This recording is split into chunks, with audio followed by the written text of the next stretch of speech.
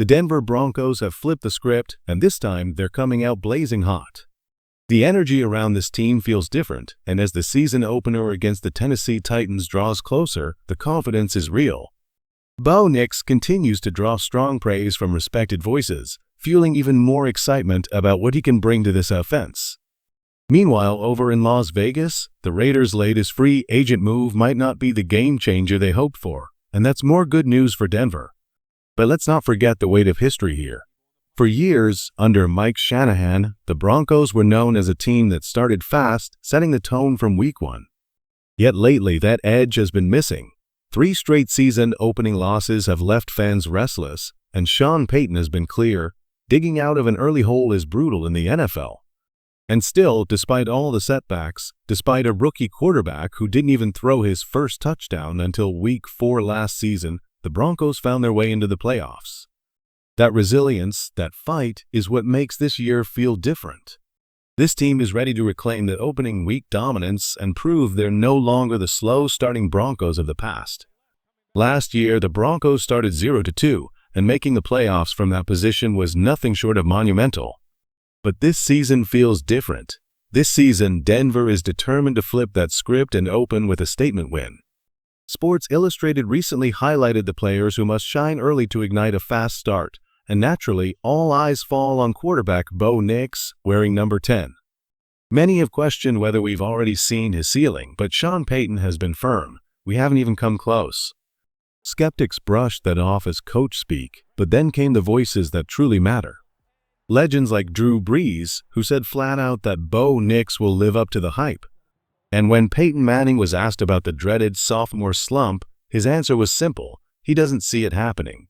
Think about that. Manning, who knows the struggles of a young quarterback better than anyone, believes Nix is built to rise, not fall. Last season proved it. The deeper teams studied him, the better he played. Instead of defenses figuring him out, Bo got sharper, stronger, more dangerous as the year went on. That's not the sign of a quarterback heading for a slump. It's the mark of a star on the rise. Critics love to talk about the sophomore slump, but the truth is simple. Experience is the best teacher.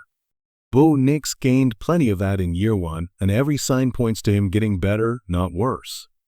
Don't just take Sean Payton's word for it. Legends like Peyton Manning and Drew Brees see the same thing. A quarterback ready to explode out of the gate. And if Denver's going to seize that hot start, the run game will play a massive role. That's where R.J. Harvey enters the spotlight. At UCF, he was a monster, averaging 6.3 yards per carry and breaking off 10-plus yard runs on nearly a quarter of his touches. He wasn't just efficient, he was explosive. But what makes Harvey even more dangerous is his versatility.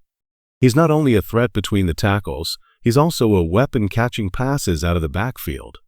That dual skill set could give Denver's offense a new dimension, especially in the kind of grinded-out games where balance makes all the difference. R.J. Harvey isn't just a runner, he's a matchup nightmare. If he gets into open space as a pass catcher, it's going to be a long day for defenders like former Broncos linebacker Cody Barton.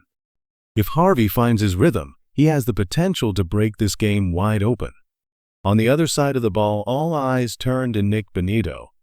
His future in Denver has been a major talking point. Around the league, teams often pause contract negotiations and let players finish out their deals before deciding. Just look at how the Chiefs are handling Trent McDuffie. But the Broncos haven't shut the door yet. That leaves a real chance for Denver to lock up Bonitto before the season kicks into full gear. Don't forget, they extended Pat Surtain right before the opener last year. If Bonitto delivers another breakout season, his value could skyrocket. Getting a deal done now, somewhere in that $30 minus $35 million range, might be the smartest move this front office can make. Because here's the truth, Bonitto isn't just another edge rusher. He's one of the keys to this defense becoming dominant again, and Denver knows it. The Broncos face a rookie quarterback in his very first NFL start, and he has to do it on the road, against one of the league's toughest defenses. That's a nightmare scenario for any young passer. Sean Payton was asked how you prepare for a quarterback with no pro film. His answer? You prepare for everything. And that's exactly what Denver is doing. The rookie in question, Cam Ward, showed very little in the preseason, just 19 pass attempts, completing barely 52%. That's not much to work with, and if history teaches us anything, even hyped rookies stumble in their debuts. Remember Bo Nix last year? He lit up the preseason, but when the lights came on against Seattle, reality hit hard. Ward's tape tells the story. In college and even this preseason, he leaned heavily on raw athleticism, buying time, drifting in the pocket, and forcing risky throws into coverage. That might work on Saturdays, but Sundays are a different world. Against Denver's defense, that kind of freelancing is a recipe for disaster. This isn't college anymore. At Mile High, against a defense that thrives on punishing mistakes, Cam Ward is about to learn that lesson the hard way. Trying to test this Broncos defense is a dangerous game. For a rookie like Cam Ward, the challenge will be overwhelming. Throws that looked wide open in college will vanish against NFL speed, and Denver's secondary is built to punish mistakes. And it's not just the coverage. This pass rush is relentless. Add in one of the league's best coverage linebackers, Dre Greenlaw, who in his last healthy season held quarterbacks to well below expectation, and you realize just how tough this matchup will be. Ward may grow into a solid NFL quarterback one day, but starting his career against Denver's defense? That's an uphill climb from the opening whistle. But here's the bigger picture. The Broncos' schedule is set up perfectly to start fast. According to advanced metrics, Denver faces only 2 playoff teams in their first 8 games. That's an incredible opportunity to stack wins early and flip the narrative that has haunted this franchise in recent years. The real gauntlet doesn't arrive until November, when 3 playoff contenders line up back-to-back. Until then, Denver has every reason and every advantage to come out firing, build momentum, and prove that this year is different. The Broncos' schedule couldn't be more favorable. While the Raiders rack up flight miles and the Chiefs are forced to battle 2 more playoff teams than Denver, the Broncos are set up to strike early and keep the momentum rolling. And the buzz around this defense is only getting louder.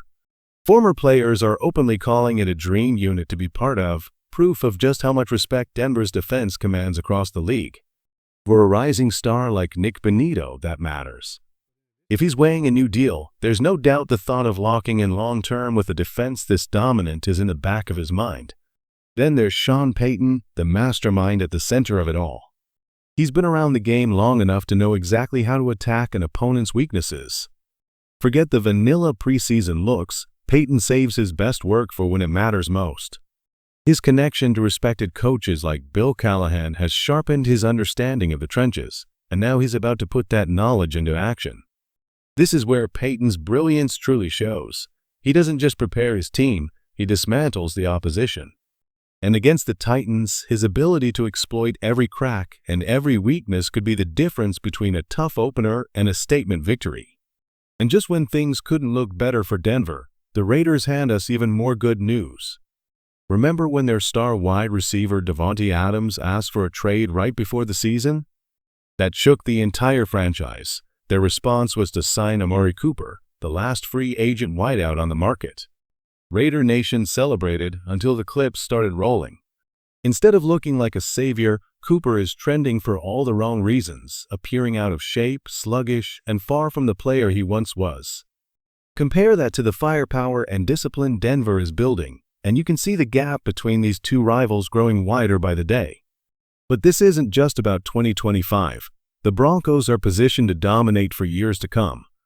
Thanks to the Walton Penner ownership group, Denver has the richest ownership in the NFL, 3 times wealthier than the next closest team. That financial muscle means resources other franchises can only dream of: advanced facilities, expanded coaching staffs, new performance departments, every possible edge to keep the Broncos ahead. This isn't just about winning now. This is about building a dynasty. And with the combination of elite leadership, resources, and talent, Denver isn't just chasing success. They're built to sustain it. Broncos country, the wait is finally over. Football is back. The energy around this team feels different, sharper, stronger, and filled with belief. It hasn't felt like this since the arrival of Peyton Manning, and some might even say the excitement now is greater than it was then. This is a new chapter. The Denver Broncos are ready to rise, ready to fight, and ready to remind the league who they are. Every snap, every hit, every drive, it's all building towards something special. Broncos fans, buckle up. The journey begins this week. The noise is back, the fire is back, and the Denver Broncos are back. Let's ride.